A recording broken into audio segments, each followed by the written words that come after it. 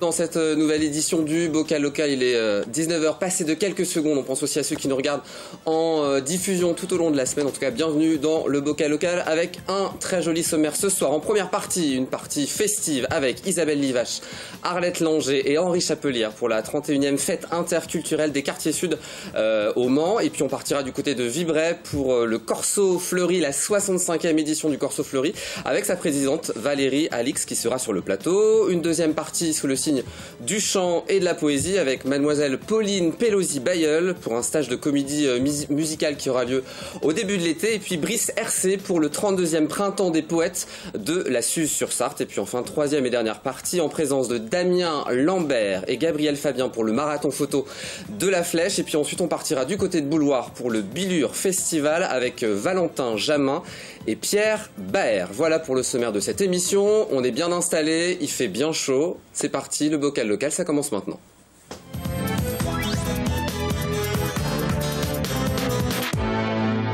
Bienvenue à tous sur le plateau du Bocal Local pour cette première partie. Bonsoir Valérie Alix. Bonsoir. Vous êtes la présidente du comité des fêtes de Vibray et vous allez nous présenter cette 65e édition du Corso Fleuri qui aura lieu samedi 3 juin et dimanche 4 juin. Plus particulièrement avec évidemment le défilé, les chars, les groupes musicaux. On va évidemment détailler toute cette organisation dans quelques instants. Bonsoir Isabelle Livache. Bonsoir. Vous êtes la référente pôle animation transversale jeunesse et vie de quartier, oui je dis tout, du centre social des quartiers sud du Mans. Vous êtes accompagnée par Arlette Langer. Vous êtes membre de Femmes Solidaires et à l'origine des 24 heures tricot qui vont s'organiser en amont de cette fête interculturelle. Et bonsoir Henri Chapelière. Bonsoir. Vous êtes vous membre du collectif Vivre ici et être d'ailleurs, et vous allez parler évidemment, on va parler ensemble évidemment de cette nouvelle fête interculturelle qui va avoir lieu samedi sur la plaine du Noronceray. Isabelle Livache, pour expliquer l'organisation, ce n'est pas seulement le centre social des quartiers sud qui organise l'événement. Non, c'est un collectif qui organise cet événement. 3 structures du quartier, le centre social, la MJC Ronceret et la Maison pour tous Jean Moulin, avec une vingtaine d'associations et autant d'habitants du quartier. Donc c'est un collectif qui s'organise et qui toute l'année propose des animations, dont la fête interculturelle et le point d'orgue. Et donc ce collectif, c'est le collectif Vivre ici et être d'ailleurs. Exactement, c'est cela. Dont l'axe majeur des projets est véritablement le vivre ensemble. Oui, c'est ça. Sur le quartier, le vivre ensemble est un axe très important. Il y a beaucoup de cultures différentes et au fil des années, c'est la 31e édition, ce vivre ensemble s'alimente, se construit autour d'événements tout au long de l'année et notamment la fête interculturelle. Alors évidemment, on va parler de cette manifestation avec une programmation très riche qui aura lieu donc totalement sur la plaine du Ronceret, plus le soir du coup les concerts. Alors samedi à partir de 12h30 on pourra se restaurer. À partir de 14h un village avec des animations jusqu'à 18h30 et à partir de 18h des spectacles, des concerts. Et l'après-midi, une scène urbaine à 16h.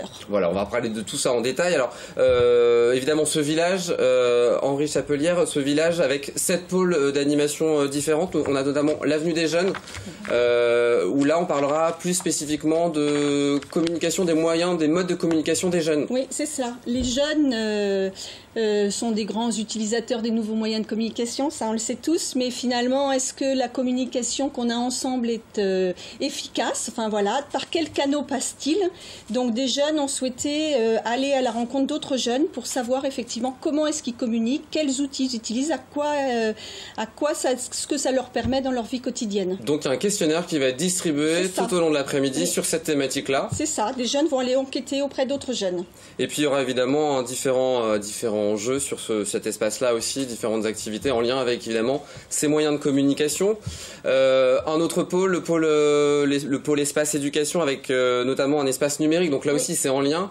Très axé sur le numérique. Voilà, c'est donner la possibilité à tout le monde d'appréhender le numérique, les réseaux sociaux et qu'on soit jeune ou moins jeune, qu'on puisse y accéder. C'est ça, et qu'on puisse aussi faire des expériences parents et enfants ensemble. Il y aura aussi le Médiabus de la ville du Mans, où il y aura un espace pour les parents autour des, entre guillemets, dangers que peuvent représenter les écrans, l'utilisation d'Internet pour une sensibilisation. La place des familles aussi. Alors, comment ça va s'organiser sur la plaine du Ronceret? C'est des espaces bien distincts? Est-ce que ça se mélange? Alors, dans le village, chacun a son espace. D'accord. Certains sont identifiés avec des grandes banderoles, d'autres c'est plus discret. Donc c'est encore une fois au sein du collectif les personnes qui choisissent la manière dont elles s'organisent. Donc ça prend des formes diverses chaque année, mais chacun a son espace. Alors les associations vont animer la partie la place des familles? Voilà, il y a des associations, il y a la ludothèque, il y a un certain nombre d'animations qui vont être présentées. Il y aura des petites marionnettes à doigts, qui est un atelier de la maison de quartier des Bruyères. Et voilà, des fabrications de doudous. Voilà. Est-ce qu'ils vont être tricotés les doudous? Peut-être pendant les 24 heures qui vont commencer demain, évidemment, on va en parler. Vous pouvez faire aussi des doudous en tricot, ça pose aucun souci, bien évidemment. Elles font des petits chats, des petites souris, donc ça peut servir de doudou. On fait des chouettes. Alors il y a aussi le carrefour interculturel sous la tente Caïdal, où aura lieu les 24 heures tricot. Il y aura notamment des contes du monde qui seront voilà, on compte en plusieurs langues. Et donc ça veut dire qu'on peut trouver des contes dans des langues étrangères. Exactement. On va réussir à comprendre du coup ça va être à nous de ressentir la chose. Voilà, c'est aussi faire cette expérience-là, quand un conte est déclamé en plusieurs langues, de voir ce que ça peut produire aussi au niveau des émotions. Alors il y aura aussi un quartier gastronomique où on pourra se restaurer et manger de la cuisine de partout dans le monde. C'est des associations qui vont qui cuisinent et qui vont proposer voilà, des cuisines différentes. On aura l'association des Arméniens, on aura des femmes issues du Maghreb, on aura Fleur des Îles qui est plutôt sur une cuisine du Pacifique. Voilà, il y aura 8 associations. Alors, il y aura, donc c'est la seule partie, j'ai envie de dire, on va payer du coup la nourriture qu'on souhaite consommer, mais toujours dans le cadre d'un projet associatif qui existe derrière. Oui, les associations qui participent à cet espace de restauration, le bénéfice de cette action va pour le financement d'un projet de leur association. On peut citer un exemple, notamment pour les femmes originaires du Maghreb, voilà, c'est ça ? Elles vont faire un voyage en dehors du département, une journée où elles vont partir en visite, et donc l'occasion effectivement de sortir du quartier et d'aller découvrir d'autres horizons. Et puis il y aura aussi le chemin des solidarités. Là l'idée c'est de valoriser la solidarité dans le quartier au-delà de la culture en fait. Voilà, c'est exact. Donc ça fait la 3e année que ce village existe. Hein. Donc c'est un village avec plusieurs partenaires qui nous viennent de la santé, l'IRSA, l'EXDOS, voilà. Donc il y a plein qui viennent ici et ont des stands. Hein, voilà. Donc c'est un petit peu pour enfin disons, comment je veux dire, enfin, des informations au niveau du cadre de vie, du logement. Donc on a un accès, si vous voulez, au droit. C'est ça, on peut faire un accès au droit. Voilà, c'est-à-dire qu'on va donner des informations sur le logement, sur le cadre de vie, mais aussi on va pouvoir faire du sport comme de la marche nordique. C'est tout cet espace-là qui. Et il y aura également initiative locale et solidarité aussi. Hein. Donc les tricots solidaires, on les retrouve aussi là, les jardins partagés qui sont avec la MJC. Voilà. Ensuite, il y aura santé et sport. Hein. On a tout un pôle santé et sport avec donc bien sûr, je disais tout à l'heure, la CPAM, l'IRSA, tout ça qui sont là présents dans ce. Voilà. Hein. Donc sur cet espace-là, il y aura aussi des animations. Chaque partenaire va créer des animations tout au long de l'après-midi. Donc ça à découvrir évidemment sur la plaine du Ronceret. Il y aura aussi cette scène associative et puis des concerts gratuits organisés. Voilà, avec des musiques afro-brésiliennes, afro-caraïbéennes. Donc ça commence à 16h par une scène urbaine et puis ça va se prolonger évidemment une bonne partie de la soirée. Jusqu'à 23h. Jusqu'à 23h. Et donc en amont évidemment de cette fête interculturelle, il y a plein de choses qui se passent, dont demain, à 16h, on va se donner rendez-vous à 16h pétante, puisqu'à 16h, on va commencer les 24 heures tricot. Alors moi, je connaissais les 24 heures du Mans, moto, auto, roller, et là, vous faites découvrir cette 4e édition déjà. C'est la 4e année, oui. Du tricot. Oui, voilà. Comment ça va se passer? Comment on fait pour y assister? On se présente comme on veut, la plaine des Roncerets étant ouverte à tout le monde. N'importe qui peut venir tricoter à n'importe quelle heure, sauf que le départ sera donné à 16h par Janine Hautebourg, qui est la présidente honoraire de Femmes Solidaires, et qui fera aussi un hommage à une de nos tricoteuses qui est décédée, qui s'appelait Simone Allais, qui est un grand personnage sur le Mans. Voilà, donc à 16h, pardon, 6h, on aura déjà pas mal de tricots. Et vous allez tenir 24 heures? On est plusieurs à rester 24 heures sous la tente, hein. Mais certaines arrivent à l'heure qu'elles veulent, elles s'en vont à 4 heures du matin, à 5 heures du matin, elles arrivent comme elles veulent, elles s'installent, elles tricotent.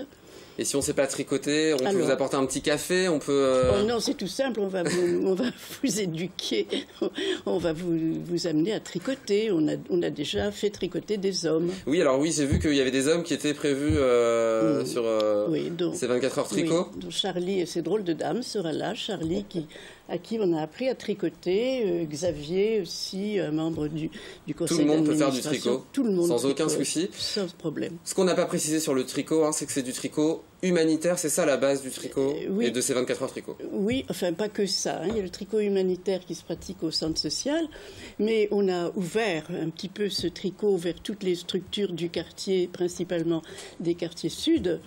Et donc, il y a la maison de quartier des Bruyères qui sera là, qui a une autre forme, un autre objectif que le nôtre. La MJC qui fait aussi qui fait de la déco avec ce tricot et qui fait justement des chouettes, des petites marionnettes, tout ce qu'on voudra. Et elles apporteront un arbre en fer à béton sur lesquels on trouvera des légumes tricotés aussi. D'accord. Et puis en amont aussi de ces 24 heures tricot, dans le cadre du Vivre Ensemble qui se déroule toute l'année, plusieurs associations se sont regroupées et donc elles ont fait des triptyques en fer forgé et pour exposer les mains des tricoteuses. Donc on pourra évidemment voir ça voilà, c'est en durant cours ces 24 parce que heures. ça se déroule toute l'année, mais on a pensé déjà en exposer une partie. Et puis ce qui est intéressant, sur laquelle on tient beaucoup, c'est notre veillée. Il y a bien une veillée pour les 24 heures automobiles, et il y en a une aussi pour les 24 heures tricot, évidemment. À partir de 21h, on aura une poétesse qui viendra déclamer des poèmes qu'elle écrit elle-même et elle s'appelle Madame Blaise. Elle est très connue sur le quartier des Sablons. On est très contente d'accueillir le quartier des Sablons. À découvrir tout ça, toute cette jolie programmation, la fête interculturelle, les 24 heures tricot. Valérie Alix, est-ce que vous y connaissez en tricot? Est-ce que pour les chars, on de vibrait pour le corso fleuri? Je suis beaucoup plus habilitée par rapport aux chars, excusez-moi, que par rapport au tricot. Ne m'en veuillez pas. Eh ben, on vous invite demain à partir de 16h sur la plaine du Ronceret pour tricoter quelques heures ou toute la nuit si vous avez l'envie de le faire. En tout cas, vous êtes ici ce soir en tant que présidente du comité des fêtes pour cette 65e édition du Corso Fleuri. Voilà. Le principe du Corso Fleuri, c'est un concept qui a été créé dans les années 30 par un Parisien. Voilà, qui avait appelé ça la fête du 19e.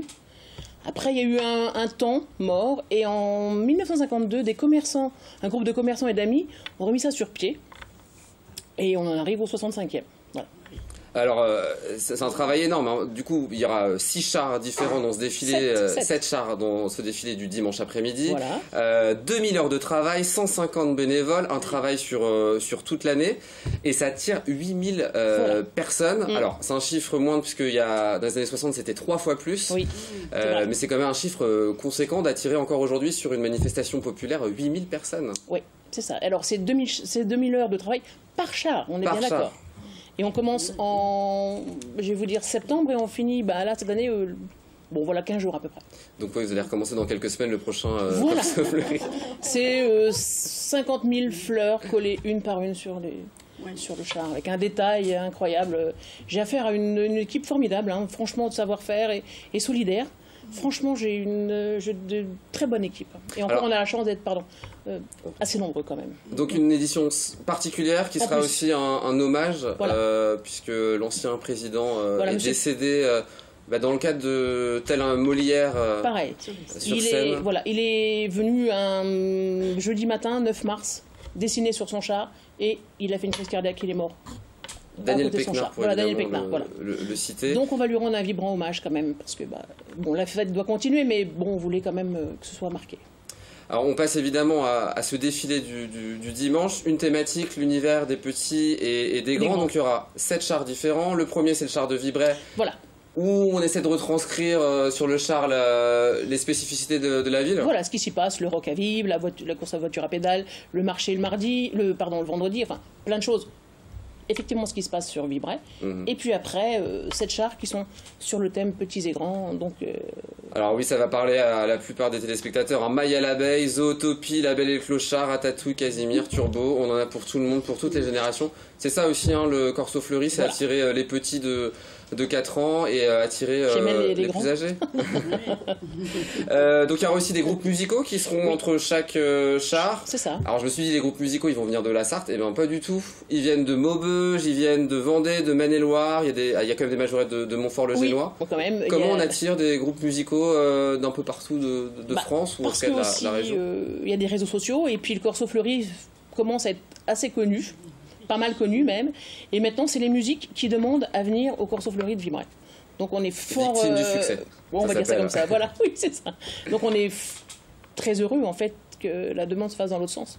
Alors, au-delà de, évidemment, cet après-midi, donc ça coûte 7 € pour les adultes, gratuit pour les enfants, pour l'entrée sur le défilé. Oui. En amont, le samedi soir, il y a une soirée de prévue à partir de 21h sur le podium avec un chanteur, Anthony Fraisse. Voilà, Anthony Fraisse qui a participé à N'oublie pas les paroles. Et un spectacle de rue, Moi d'Artagnan. Voilà, Moi d'Artagnan. Qui va emmener les spectateurs d'une place sur une autre. Et puis le dimanche, au-delà évidemment de ce grand défilé, il y aura aussi un feu d'artifice le soir à 23h pour clôturer le Corso Fleuri comme il se doit. Et une grande fête foraine. Est-ce qu'on peut dire que ce Corso Fleuri, c'est un peu la fête nationale de Vibray? Je triche parce qu'en fait on s'est dit au téléphone. Ouais, c'est ça, on peut dire que ça.